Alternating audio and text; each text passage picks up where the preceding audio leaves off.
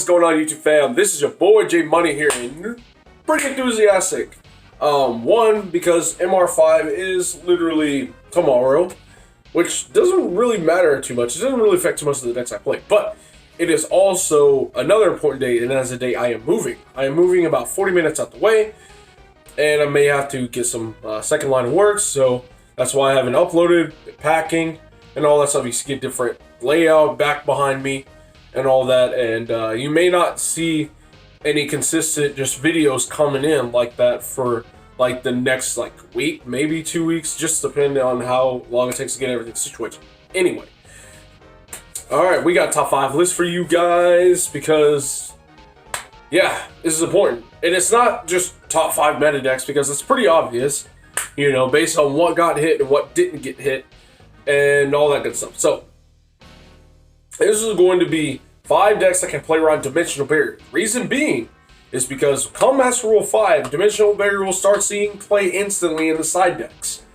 And I hate to break it to you guys, but you know, you're gonna have to start thinking back in Master Rule 3 again. If you build a deck, can this deck play around Dimensional Barrier? So all you Blackwing players, Raid Raptor players, Fluffle Frightfur players, even Burning Abyss players, just all you players that want to spam fusions and synchros and SCs, you're still under the huge threat of just having your turn ended by a Dimensional Barrier because there's still no out to it outside of 1 copy of Reboot, which is very unfortunate. Now, that new Blizzard card could have been an out had it included trap cards, but it doesn't, so that's just a wasted potential there. So there's nothing we can do about it. So, you know, everybody wants to play their old decks again, but yeah, just gotta accept the simple fact. If I'm playing Raid Raptors and a D-Berry gets flipped up and they call Exceed, I'm screwed. If I'm playing Fluffle Frightfur and they flip that thing over, I'm screwed. You know, even for decks that have multiple flavors of their extra deck, like DDDs for example, they have Synchros, Fusions, and Exceeds. You know, I can just call the most important mechanic being Fusion, and you really wouldn't make anything that great at the end of the day. Now, granted, you have things like Unified and Cross Sheet now, so do bear that in mind. Anyway, that is why this list is important, because everybody's decided to play all these decks, but, you know, if you just lose the Dimensional Barrier out of the side deck game 2 and game 3, you're going to have a hard time, because, again, you can't really stop that card from resolving, so, but that's what I'm here for. If you want to play a deck that doesn't lose the Dimensional Barrier, because my words, it will see play. And tons of play, because it's that strong still. Here's 5 decks that can play through Dimensional Barrier. No problem. Number 5, guys, we have Magical Musketeers. Musketeers is a very straightforward deck. Now keep in mind, when I'm making this list, you have to consider the fact that, you know, decks that can play through Dimensional Barrier doesn't just have to deal with just Dimensional Barrier. You have to also be able to account that, hey, my opponent went first and made a board. So this list accounts for that too. So keep that in mind. So Muskets is one of those decks that can go second. You know, their Musket cards, you know, their whole deck is hand traps. Their whole deck is online is the moment you solidify Musket on the board. Even if you did go into Synchros, or if you still choose to play Instant Fusion, you know, you have things like Last Stand to stop Dimensional Barrier from resolving. That is a strength that the deck has.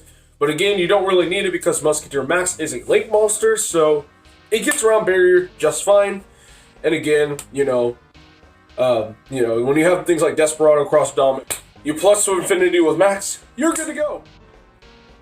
Number 4, guys, it is going to be a tie. It is going to be between Infernoid and Grand Maju. Both decks pretty decent at going second. Void Imagination is one of those.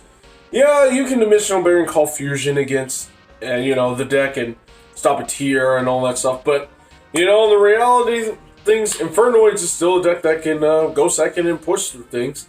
Infernoid is nice, but I'll put it under Grand Maju because, you know, Void Imagination is a blowout card, you know, so if you can't resolve it, that is kind of eh. But there's still ways to put a lot of Infernoids in the graveyard going second, regardless.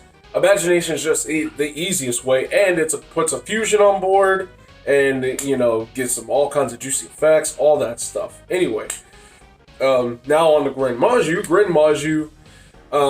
They can go into rank 8s depending on if they're playing Dangers or if they're playing what is it, the Golden Castle build. The Danger build that's playing more level 8 Dangers, they are more likely to play, you know, what's it called? Play rank 8s like Dingirsu and stuff. But do also keep in mind that when it comes to decks like Infernoid and Grand Maju, your opponent isn't very likely to side Dimensional Barrier in, which is also another strength because, well, Infernoids doesn't really go into this extra deck like that. Grand Maju just drops big ass Grand Majus or, you know, either millions, Gizmics and stuff, and that's what really goes in and does most of the damage. So, you know, if I the opponent am side decking against a Grand Maju, I'm not really thinking to side Dimensional Barrier in. That's like a waste of a side slot. You know, at least for me, personally, I feel like if you're gonna side Dimensional Barrier in against like a deck like Infernoid or Grand Maju, you are wasting time. So, you know, that's why I put those two at number 4. Musketeers is the same way. I don't really see people would really side deck Dimensional Barrier in against that deck either. So, you know, these are all decks that players probably wouldn't side D-Barrier in against anyway, which is also pretty good. Number 3, guys, and this may come as a surprise, but we got Orcas. Orcas, yes. Even though Dingirsu is like their best card and it's an XCs, you don't really need, like, the Dingirsu isn't the be-all end-all. It's like, it's not access Dingirsu or lose the game. Like, you can survive a turn without Dingirsu because of how Orcas functions, you know, with your Babel / Crescendo and your Galatea and all your materials in the grave, your Gizmex and stuff like that. You can survive a turn fairly easily.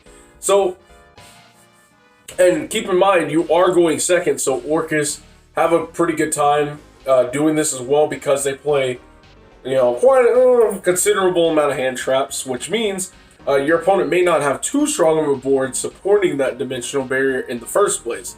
So, you know, not to mention Boral's Sword is still very, very alive in that deck. You know, you have new toys now with Union Carrier, Crystal Needle Fiber, and stuff like that. So, you know, even without Dingirsu just for one turn, Orcas still is able to do what it does. You don't, instead of Dingirsu, you just make Long Girsu and still send a card and all that. And now you still have interaction on the opponent's turn as well. So, Orcas isn't really too bothered by Dimensional Barrier, just from a surface level analysis there. So, you know, if you're thinking on picking up Orcas this format, then you're in luck. Number 2, guys, we have Salomon Great. Why? It's very, very simple. The deck is all links. That's it. There's nothing to it. I mean, it's a very competent deck. It was a very high contender last format, and it still will be this format because the deck received no hits. And on top of that, the deck plays a ton of hand traps, which means, you know, Dimensional Barrier is a lot weaker because your opponent's board is a lot less potent because you're playing like 15 hand traps in your deck, depending on the build that you're playing. Now, this is also a deck that your opponent wouldn't even side Dimensional Barrier in against. People may side it in against Orcas. They may. I don't know. I don't know if I would, honestly, because, again, like I said before, it's not even the end of the world. You have Girsu instead. You can, you know, send cards that way. You still have interactions. Galatea is still a link monster, setting up your cards. Like, it feels like a waste of time to side in Dimensional Barrier against a lot of these decks. But Salomon Great, very, very straightforward. Just, they play nothing but links, and they play a lot of hand traps to dilute the power of Dimensional Barrier. Number 1. Dinosaurs. Yes, they have an extra deck. They have a flexible extra deck. They have Ixies in the forms of, you know, Lagia, Dolka, VFD. They have Synchros in the form of Trish. I don't think they play Chambara anymore. They may or may not. I don't know. But if they do, then they do. So there's different things that you can do. So if you go D-Barrier and call Synchro, on a Dino deck that wants to go second, they may just make Doka and stun out some of your monster effects while they establish things like Conductor Tyranno. They have Pankratops. They still play all these go second cards. They play Evenly Matched, Mystic Minds, and stuff like that. They play Extravagance to anyway, so they really don't care too much about their extra decks. So I find it hard pressed for somebody to want to side Dimensional Barrier in against Dinosaurs, but just in case they do, it's not the end of the world. UCT is all you need. Plus some, you still got, you may have lost some things. You may have got one copy of Pankratops and one Mind Control, but with all these other go second cards in the game, who really cares? So, and Dinos has always been just that looming threat, especially last format. Again, the deck didn't even get hit, and, it's still here. And come Eternity Code, it's going to get even stronger. So, count on it, man. So, guys, these are the top 5 decks that can play through Dimensional Barrier. And these are really decks that players wouldn't side in Dimensional Barrier against. So, if you're like me and you're really worried about a card like that because it's that good, again, no counterplay whatsoever to that card if you're going second against it. So, if you're worried about it, these are some options that you can play. So, guys, let me know what your thoughts are down in the comments below. And feedback is very much appreciated. Hit the like button, hit the subscribe button, and hit the bell if you want notifications for more uploads from me. And with that being said, guys, thank you so much for watching. This is J Money, and I am signing out.